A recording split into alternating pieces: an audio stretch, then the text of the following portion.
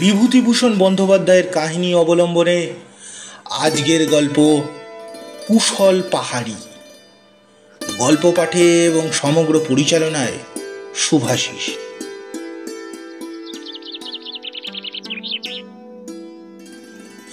ভাদ্রের শেষে মনোহরপুর বেড়াতে গিয়েছিলাম সেবার। কাছেই অরণ্যময় সুন্দরগড় স্ট্রিট। মনোহরপুর স্থানটা চারিদিকে শৈলাচলে ঘেরা। বেড়াতে গিয়েছিলাম দুদিনের জন্য। ওখানেই থাকবো ঠিক করেছিলাম ডাক বাংলোয়, কিন্তু আলাপ হয়ে গেল স্থানীয় এক বাঙালি ভদ্রলোকের সঙ্গে।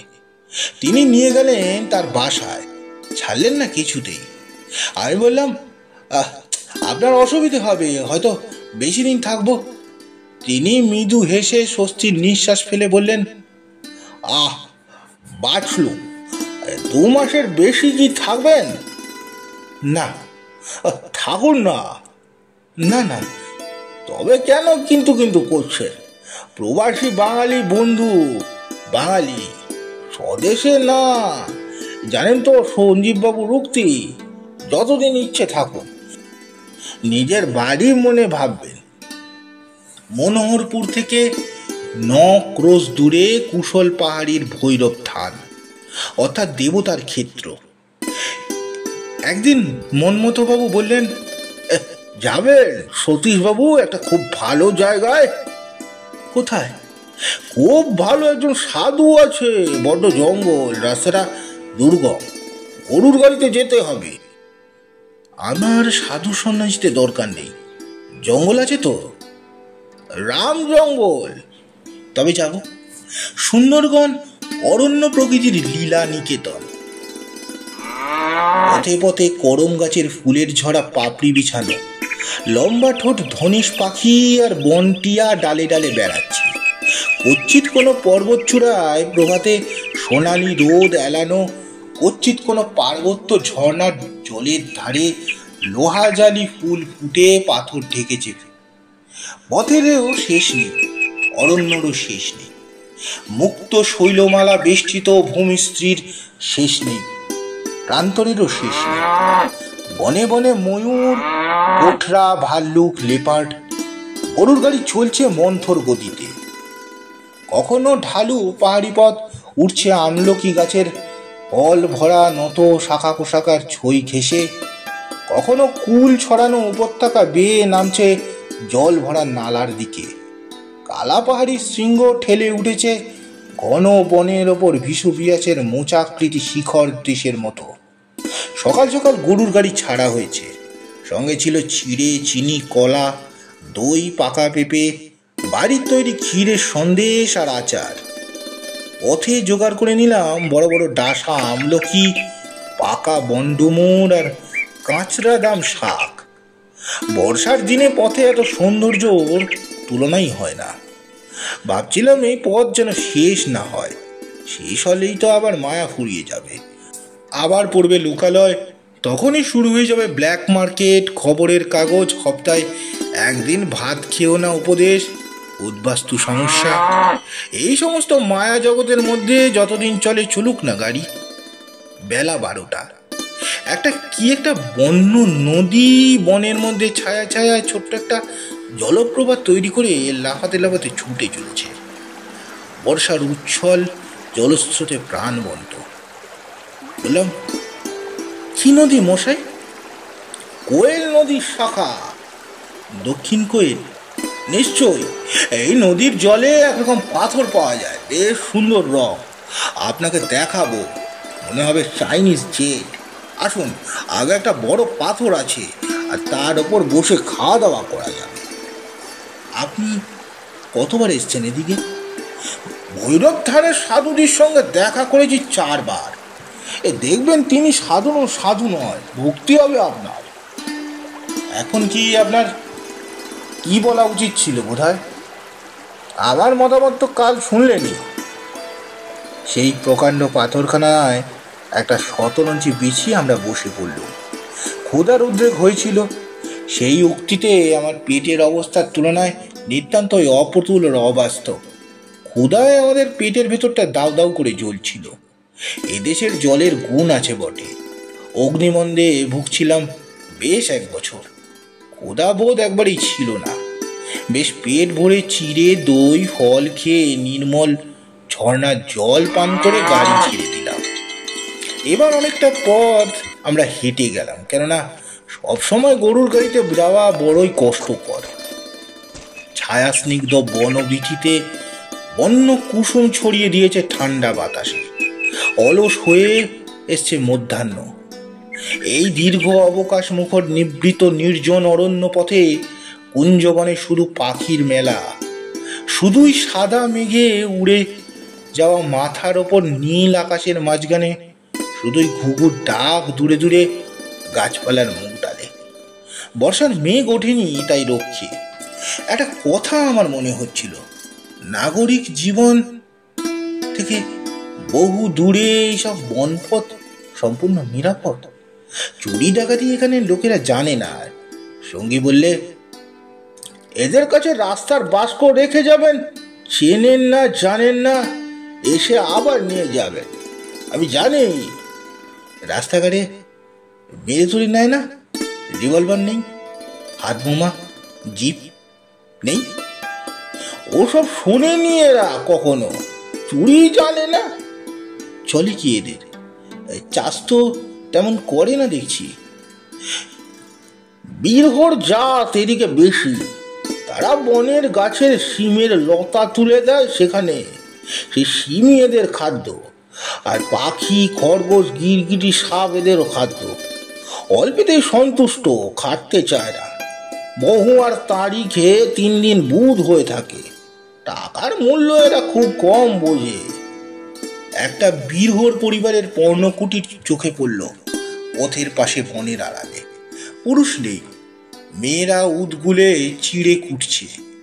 সুন্দর সুঠাম দেহভঙ্গি, অটুট স্বাস্থ্য উপচে পড়ছে সারা শরীর বেয়ে। মুখের হাসি পবিত্র সলজ্জ। ওদের ঘরের কাছে অন্য কোনো ঘর নেই, আছে দূরে দূরে। কোনো বাঙালি মেয়ে নিবিড় বনের মধ্যে এমন ধারা বর্ণকুটিতে একা ছেলে পুলে নিয়ে থাকতে পারবে না, কোনোদিনও, একদিনও থাকতে পারবে না। তাদের সভ্যতা দুর্বল মন বাঘ ভাল্লুক ভূতের ভয়ে আড়ষ্ট হয়ে যাবে একদিনেও। হাতে পায়ে খিল ধরে যাবে। সভ্যতা আমাদের শরীরের মন নিস্তেজ করে দিয়েছে। এই কথার সত্যতা শহরের থেকে তত উপলব্ধি করা যায় না। একটা ট্রাম স্টপ থেকে অন্য ট্রাম স্টপ পর্যন্ত যেতে হলে লোকে ট্রামে ওঠে। সেখানে তারা বুঝতেই পারবে না মুক্ত অরণ্য জীবনের শক্তি, সাহস, তেজ, কষ্ট শোষণ কতটা। ভালো করে বুঝলাম সেটা আজ। অস্ত দিগন্ত পাটল বর্ণের রঙে আকাশ রাঙিয়েছি। বনতরুর শীর্ষে শীর্ষে রাঙা আলো, লতা দুলুনি ঝোপে ঝোপে। এমন সময় ভৈরব থানে আমরা পৌঁছে গেলাম। সাথী বললেন, সঙ্গে মশারি আছে আমাদের। নেই, তবে মশা খুব। মনে হচ্ছে এখানে মশা আছে। চিনে ধূপ 2-1টা সুটকেস আছে, জ্বালাবো। থাকবে কোথায়? একটা ঘর আছে, সেখানে কেউ থাকে না। গাড়োয়ানটিকে দিয়ে ঝাড় দিয়ে পরিষ্কার করিয়ে নেব। রান্না করা যাবে রাত্রে। খুব ভালো, এ তো একটা ধরনের পিকনিক হলো। এখন মনে হচ্ছে মেয়েদের নিয়ে এলে খুব আমোদ হতো। সামনের পূর্ণিমায় মেলা হবে এখানে। কলকাতা থেকে মা লক্ষ্মীকে নিয়ে আসুন, সে সময় চমৎকার হবে। সাধুজির সঙ্গে দেখা করা হবে না এখন? নিশ্চয়ই হবে, চলুন ডেরা ঠিক করে নিয়ে তারপর ওখানে যাওয়া যাবে। বাসা ঠিক হয়ে গেল তখনই। বেশ পরিষ্কার করতে হলো না, কিন্তু ঘরের মেঝেতে গোছা কয়েক গর্ত দেখে মেজাজ খারাপ হয়ে গেল। এই বর্ষাকালে গর্ত যেখানে থাকে সেখানে বিষাক্ত সর্পের আড্ডা। কি করা যায়? আমার সঙ্গী বললে, অত ভয় ভাবেন না, রান্না তো আগে শেষ করি। মঙ্গল টুডু বলে একজন সাঁওতালের সঙ্গে কাঠের কথা বলতে সে কাঠ এনে দিতে রাজি হলো। 4 পয়সা মাত্র চুক্তি। আমাদের রান্নার কাঠ এনে দেবে। সে বললে, কোন ঘরে রান্না করছিস তোরা? নাট মন্দিরে। কেন রে, ওটাই যাসনি? ঘাটোয়ালি বাংলায় যা, তোর জন্য তো সাহেবের বাংলো খোলা থাকে, নিয়ে যাবো চল সেখানে। মঙ্গল টুডু আমাদের কাঠ ও জল এনে দিয়ে রান্নার সাহায্য করলে। ঘাটোয়ালি বাংলোয় আমরা গেলাম রান্না খাওয়ার পরে। তারপর সন্ধে হওয়ার পর ঘন্টা 2 কেটে গিয়েছিল। ঘাটোয়ালি বাংলোটি খড়ের ঘর বটে, কিন্তু সিমেন্টের মেঝে, চেয়ার টেবিল খাটিয়া সব সাজানো আছে, এমনকি জানলা দরজা পর্দা পর্যন্ত। শিমুল সালের ঘাটোয়ালি জমিদার গভর্নমেন্ট বন বিভাগের উচ্চপদস্থ কর্মচারীদের বাসের জন্য এই বাংলো ঘর করে দিয়েছেন, আর তার খরচ এতই মেরামত, পরিষ্কার ইত্যাদি চালু রেখেছেন দয়া করে নয়, ঘাটোয়ালি আইন অনুসারে বাধ্য হয়ে। আমরা গভর্নমেন্টের কর্মচারী নই বটে, কিন্তু বাঙালি ভদ্রলোক, সুতরাং 7 খুন মাপ। চৌকিদার তক্ষুনি সেলাম বাজিয়ে ঘর খুলে দিলে। এইবার সাধুজির সঙ্গে দেখা করতে যাওয়ার জন্য আমরা বেরোলাম। মঙ্গল টুডু আমাদের সঙ্গেই ছিল। সে আমাদের জানালো, সাধু খুব বড়, মনে থাকেন দিনে, রাতে কথা বলে। সাধুকে দেখে বিস্মিত হলাম। প্রায় 70-এর কাছাকাছি বয়স হবে, আবক্ষ বিলম্বিত শ্বেত শুভ্র, গলায় তুলসীর মালায় হৃষ্টপুষ্ট নাতস নুদুস দেহ, পিতৃস্নেহ ভরা শান্ত বড় বড় চোখ দুটি। বাঙালি সাধু। মানভূম জেলায় বাড়ি ছিল। 17 বছর বয়স থেকে উদাসী গৃহত্যাগী। সব খোলাখুলি বললেন আমাদের কাছে। সাধু সুলভ গর্বের অস্পষ্টতা নেই তার। সাধুজি বসেছিলেন একটা সুপ্রাচীন বিশাল শাল তরুর গুড়ির ঘেঁষে খুব বড় চওড়া একটা মসৃণ শিলাখণ্ডের ওপর। শুক্লা নবমী তিথির জ্যোৎস্না ডালপালার ফাঁকে ওর আসনে এসে পড়ছে। কুশল পাহাড়ির শৈলশনী ভৈরব থানকে চারিদিকে ঘিরে ধরেছে। বহু পুরাতন পাথরের চাই। সব যেন এখানে সুপ্রাচীন, প্রাচীন সাধু, প্রাচীন শাল বৃক্ষ, প্রাচীন শিলাসন, প্রাচীন অরণ্যভূমি। মনে হয় এ পরিবেশ ছেড়ে আর কোথায় যাচ্ছি না, যাবার ইচ্ছা নেই, থেকে যাই এখানে। ঋষি সাধু প্রবক্তাদের জ্যোতির্বাহিনী এখানে, এই জিনিস আর কোথায় পাবো না। সুন্দরগণ রাজার এই সুন্দর বনভূমিতে যে বৃদ্ধ পিতৃবৎ স্নেহশীল ব্রহ্মজ্ঞ ঋষির পাদমূলে এসে আজ পৌঁছেছি, তিনি মনে শান্তি এনে দেবেন। পথঘাটের যে দুর্লভ জিনিসের সন্ধান মেলে না। আরো মুগ্ধ হলাম যখন সাধুজি ঈশোপনিষদের একটা শ্লোক উচ্চারণ করে তার ব্যাখ্যা করতে লাগলো। বারবার বলতে লাগলেন, কবি মনীষী পরিভং স্বয়ম্ভু। শ্লোকটির মধ্যকার কবি কথাটি অর্থবিদ্ধ। সাধুর মুখে এই গম্ভীর বাণী আজও কানে বাজছে। কবি তিনি বটেন বাবা, কবিই বটেন। এখানে বসে দেখি এই শাল গাছটাতে ফুল ফোটে। বর্ষাকালে পাহাড়ে ময়ূর ডাকে, ঝর্ণা দিয়ে জল বয়ে যায়। তখন ভাবি কবিই বটে তিনি। আমি কিছু পাইনি বাবা, বরং দেখছ সবই বাইরের, ভেতরে জ্ঞান কিছুই হয়নি। তবে দেখতে চেয়েছি তাকে, তার এই কবিরূপ দেখে ধন্য হয়েছি। এইসব বছর 7 আগেকার কথা। আবার কলকাতা শহরে দুবেলা নিয়মিত অফিস করছি। অর্থের সচ্ছলতা এমন নেই যে তখন প্রতি বছর বেড়াতে যাব। সেদিন একটা পার্টিতে গিয়েছিলাম, বড়লোক বাড়ির পার্টি। অনেক বড় লোকের আনাগোনা দেখলাম। ক্রাইসলার হাঁকিয়ে, বইক হাঁকিয়ে, মিনার্ভা হাঁকিয়ে, বেশ সুন্দর সব চেহারা, এতাদুরস্ত সাজগোজ। কিন্তু এত শিক্ষিত সম্ভ্রান্ত অবস্থাপন্ন লোকের সম্মেলনে সেদিন যা আশা করেছিলাম পেলাম কই। শুধু শুনলাম বৈষয়িক কথাবার্তা।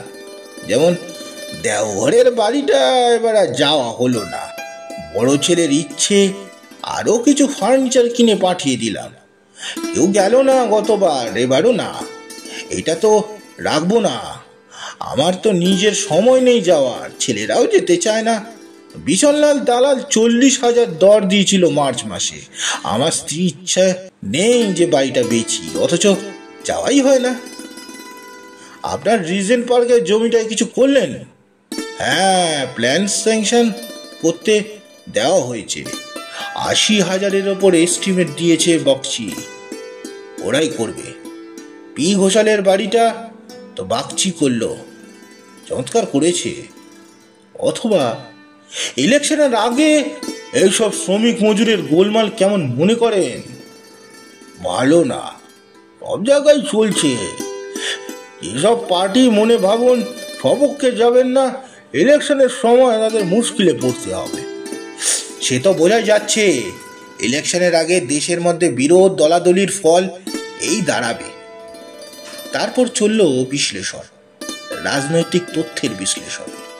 সেই বৈদ্যুতিক আলোয় আলোকিত সুবে সুশিক্ষিত ভদ্রজন সমাগমের মধ্যে বসে আমার মনে হচ্ছিল কুশল পাহাড়ির সেই প্রাচীন সাধুর কথা।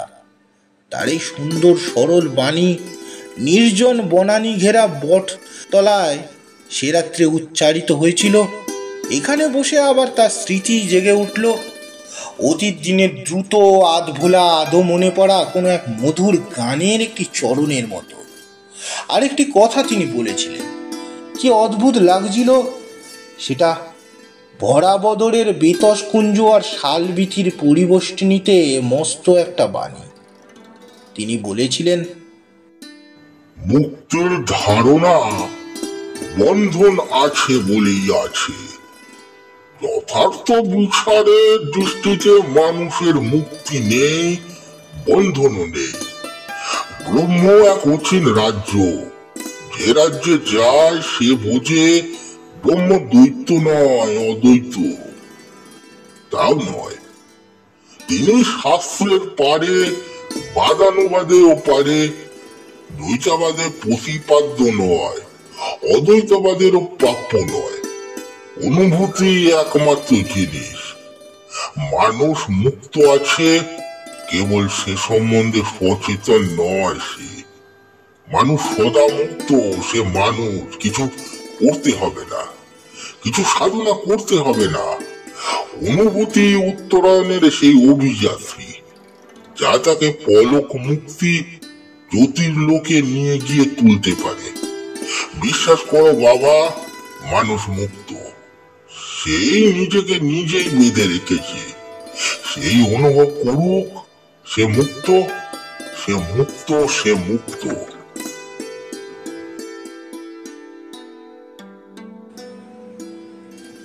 সমাপ্ত। গল্পটি আপনাদের কেমন লাগলো অবশ্যই জানাবেন। গল্পটি ভালো লাগলে লাইক, কমেন্ট, সাবস্ক্রাইব করতে ভুলবেন না। নমস্কার।